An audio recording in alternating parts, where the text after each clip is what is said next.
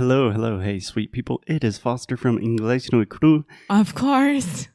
It's still me. It's always me. Unfortunately, it's me. Just a quick note before we get started with the show. Our reading masterclass, our newest course, is available for new students on March 8th, 2021. Muito bem. So that is Monday, March 8th, 2021. It is a 6-week course on how to read more effectively in English. During the pandemic, I have kind of realized the importance of reading, not only for mental health and just a good practice, but also the importance of reading in foreign languages. Sim, se você é capaz de ler numa língua estrangeira, isso já vai te ajudar muito. Então, no começo pode ser difícil, pode ser frustrante, você realmente pode ter que colocar um dicionário do lado e colocar algumas palavras que não façam sentido para você. Mas a partir do momento que você começa a melhorar e contextualizar aquele artigo, aquela notícia no jornal, aquele livro, quer dizer que você está avançando. Então, nós vamos te ensinar a como ler e entender de forma ativa, porque você tem duas formas, ativa e passiva. Nós estamos aqui para te ajudar como absorver tudo da leitura de forma ativa e vai ser o máximo. Yes, so all my nerds, all my bookworms, come join us March 8th. If you want to learn more, visit inglesnoicru.com, get on the waiting list, and let's get on with the show. Woohoo! Hello, hello, hey, sweet people. It's Foster from Inglês no Cru. Just real quick before we get started with the show today, I want to say something about Cambly. So I literally just went on Cambly and I used our promo code. They give me a free class. And I just haven't experimented with the platform in some time, so I wanted to see what was going on. And it was super cool. Literally, I just went to the site, entered my information, and within like 3 minutes, I was talking to some lady from London. And then it was kind of complicated that I had to explain, hey, I'm already a native English speaker. But it was very, very cool. And after that, they send you notes about your class and give you follow-up information that is extremely useful. So if you are serious about improving your English, you got to speak to people. You have to speak to native speakers. And Cambly is a great way to do that. So you can just use the link in the show notes, go to cambly.com, use our promo code, and start speaking to native speakers today. Okay, let's get on with the show.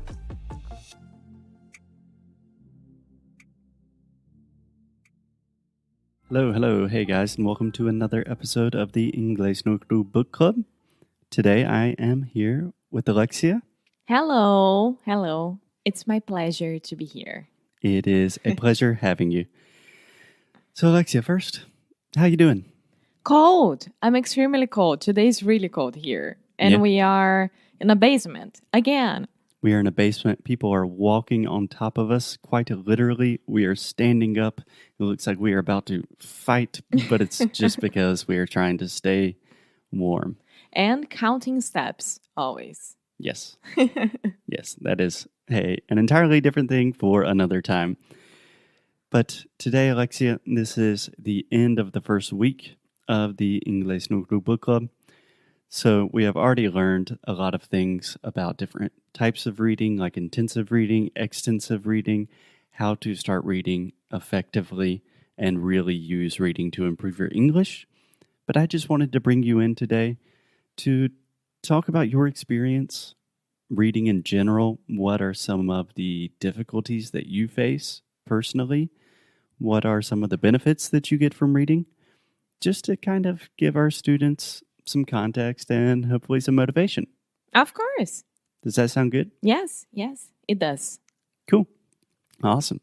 So do you want to start with the good or the bad? You choose. Go ahead.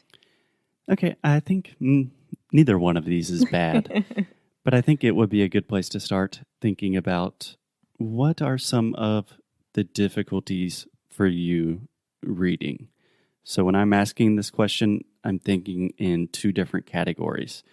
First, reading in general. Like you are a good English student. You know that reading is good for you, like as a life skill, but also really good for your English. But it's still not easy to read a lot, you know? So on one hand, just creating the habit of reading more. Why is that difficult? And also more specifically, when you are reading, what is difficult? Like technical things in terms of vocabulary or understanding things. So I know that's a mouthful, a lot of questions. Feel free to begin wherever you want.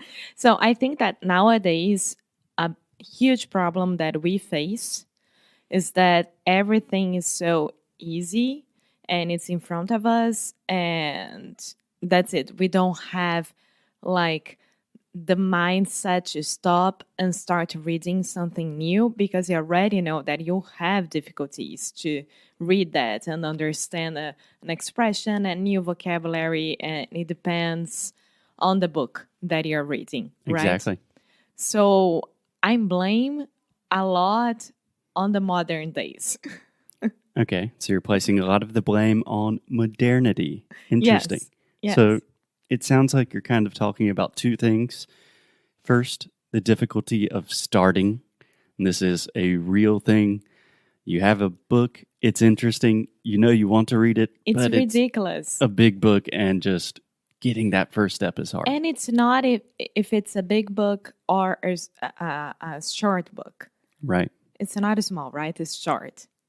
Yeah, a small book would actually be referring to the physical size of the book. And short is the amount of pages. The number of pages. Yes. So it's not because of that. It's just like starting. It's crazy because I took pictures of more or less 10 books the last 3 months that I would like to read. Mm-hmm. And I just started like last week. Yeah, it's easy to make a reading list. It's much more difficult to actually start reading. Yeah. So do you want to hear one tip that I have? Of course. Okay. We are here for that. So naturally, I just finished reading a book called Tiny Habits. Mm-hmm. I love reading about habits, routines, that kind of thing. But the idea is make the smallest possible habit imaginable. So if you are having difficulty starting a book, just tell yourself, okay, today I'm going to read the first page of the book. That's all I have to do. Or perhaps this week, every day I'm going to read one page of the book. And then once you do that, you can start to gain a little bit of momentum, and probably you will begin enjoying the book and you just start reading. But if you can't read one page, we can't really help you. It's just like physical exercise. You just have to start. And then you run 1 mile and you run 2 miles and then you run 3 miles. It's the same as reading. It's crazy to think that during our parents' generation and before that, of course, everything was about books. Every single thing. And nowadays, it's not. So we are suffering a lot with that. Yeah. Plus, when you start reading and it starts to be difficult, you kind of like, you don't want to let yourself down, right? Right. Yeah. So it's a balance that you had to have.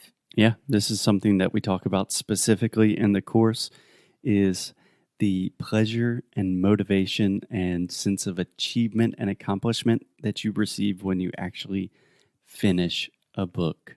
So I really believe in this modern day age of 24/7 information. You get a ton of pleasure and this amazing feeling when you start a book and you finish it. So I think that is super, super cool and important. Yeah, yeah. And I'm loving to read before going to sleep. For me, it's when I calm down. I don't even look at my cell phone before or after that. And I just go to sleep with my mind clear. So I think this is one of the biggest benefits to read as well. Absolutely. And this is something that we've already mentioned in the course. So, Alexia, we talk about the difference between intensive reading and extensive reading. So, intensive reading is essentially reading very carefully. You're reading like a small piece of a text, analyzing every single word. That's like you're studying. Extensive reading is what you would normally just think of when you think of reading. Yeah. You're sitting in bed, you're enjoying the process. That's really important because not only you are in a calm state of mind, you are relaxed, but you are also in a very relaxed environment. So everything is perfectly set up so you can read successfully. You don't have your phone, you're comfortable, you're warm, you're quinchina, you're ready to go. And that's something that we focus on a lot, is just creating the right environment for you to succeed. Yes, and another point that I would like to comment, if I may. Sure. Everyone is always sending us messages and emails like, I'm really worried about my vocabulary and etc. And I always say, start reading, even if it's a magazine or something that you like on the internet, just start reading, because this is the best way that you're gonna gain the new vocabulary and make sure that you are understanding. And I want to ask you, like, when you are reading just before bed, for example, I feel that I am absorbing, like the new Absorbing. Absorbing. It's a B. with B? Yeah. It's so crazy. Absorbing the new vocabulary. Yeah. And I think that I will start using the new vocabulary more and more automatically and organically. This happens, right? Yeah, for sure. Yeah. So if you think about passive vocabulary acquisition and active vocabulary acquisition, so for example, if you're reading intensively and you're studying each and every word, you're taking notes, and then you have flashcards or something like that, that's one way to directly acquire more vocabulary. But also, if you are reading in bed and you continue to see the same words, you are creating this imaginary world in your head of characters in different places, those words will start to subconsciously enter your English vocabulary, and you will start to use them in conversation. There are a lot of different ways to attain more vocabulary. We talk about a lot of them in the challenge, and there are different ways for different situations. But for sure, to answer your question, if you were just reading, even if it doesn't feel like, okay, I'm studying vocabulary, you're making progress. You're learning new words, of course. Okay. Yeah. So I think that's it for me. Cool. I don't remember any other point that I would like to make, but I can come back at any time. Please, we would always love to have you. Awesome. So thanks a lot, Alexia. I hope you guys have learned a lot in the first week of the book club. And of course, if you have any questions, feel free to reach out to us. We are here for you. And have a happy weekend full of books, warm cups of tea, and maybe some puppies. Perfect. Okay, we will see you guys on Monday. Bye. Muito obrigada por ter escutado mais um episódio aqui do Inglês de Necrorádio. É muito bom ter você juntinho assim de nós. Faz muito, muito carinho no nosso coração, digamos assim. Então você que está interessado em saber mais sobre os nossos produtos e saber mais sobre a gente, o que a gente oferece para vocês em relação a estudo, a challenge, a curso, vá lá no inglesdenecro.com e você pode ver mais sobre as worksheets, por exemplo. Yeah.